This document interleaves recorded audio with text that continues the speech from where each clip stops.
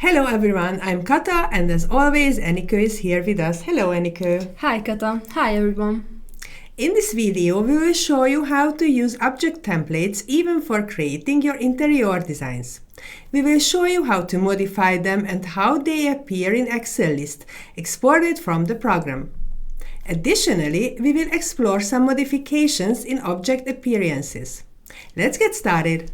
Under the Interior tab, you will find the New Object Template command. Select the objects you want to include in the template. Then select the parent template element for the template. In this case, it will be the table. Save it to the Design Center. So from now on, we will find this grouped in the library? Exactly. I will set where the program should save it, then I can place it right away. As you can see, the program saved it to the specified location from where we can place it, just like working with the standalone object.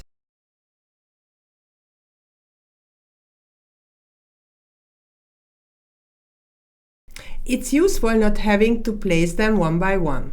Yes. Now let's see what settings we can apply. Selecting Manage Components, the Object Template wizard pops up. Here we can see all items listed. The first modification we will make is replacing the 2D symbol for the chairs. When would we need this? For example, if the representation of an object is too complex and we want to replace it with something simpler. After selecting, accept with OK, and you will see it has immediately switched to this symbol. That was quick to set up. What else can we do with this?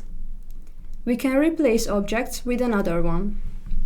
Let's go back to Managing Components, select the chair again, and choose the Replace Object command. Here I will choose this dining chair and hit OK. Now you can see that only the selected chair has changed to this one. Can we replace all of them at once? Yes, we can. Using the Replace Similar command, I will select the dining chair again. And you will see all chairs of this type have been replaced.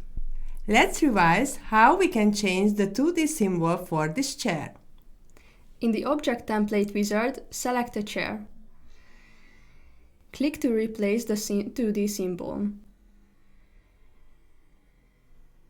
Accept with OK, and it's done. Great!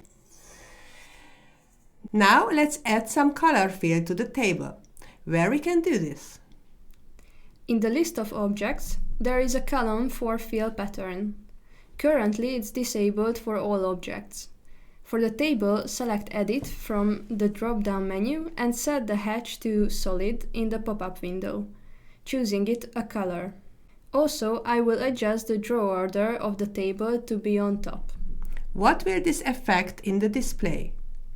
As you saw earlier, all objects had a priority of 8, so they were on the same level at the bottom. If we push a chair under the table with these settings, both object symbols would appear simultaneously, which isn't realistic because the table should hide the parts of the chair. So by adjusting the table's priority, we solve this. Could you show on the floor plan how the chairs look pushed under the table? Certainly. Click on the gear icon on the chair and you want to move, and choose the Move command. Do this for all 4 chairs, and you will see how well the program shows that the chairs are under the table.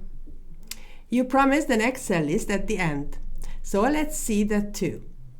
As part of the documentation, export the Smart Object Assembly elements to an Excel list.